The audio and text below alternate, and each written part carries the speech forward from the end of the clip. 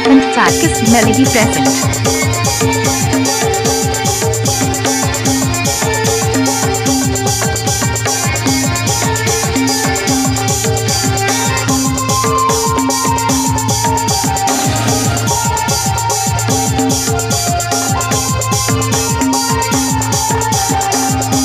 आप इसे आज मदा सुपीर मुर्मू यूट्यूब चैनल।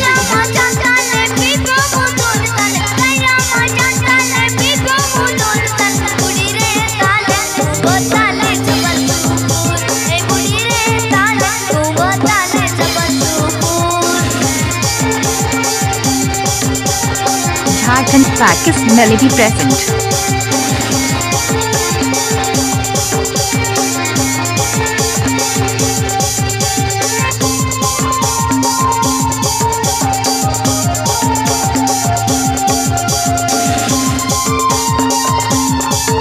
आप इसे आज मदा सुपीर मुर्मू यूट्यूब चैनल।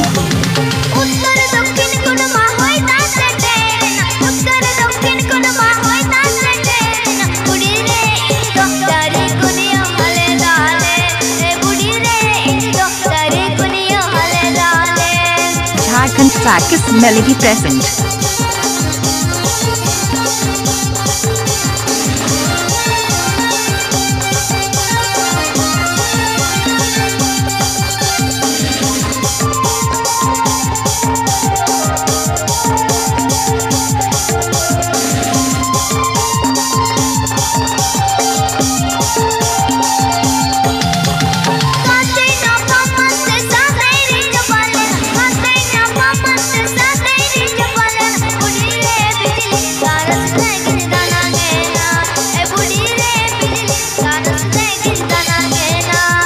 आप इसे आज मदा सुपीर मुर्मू यूट्यूब चैनल।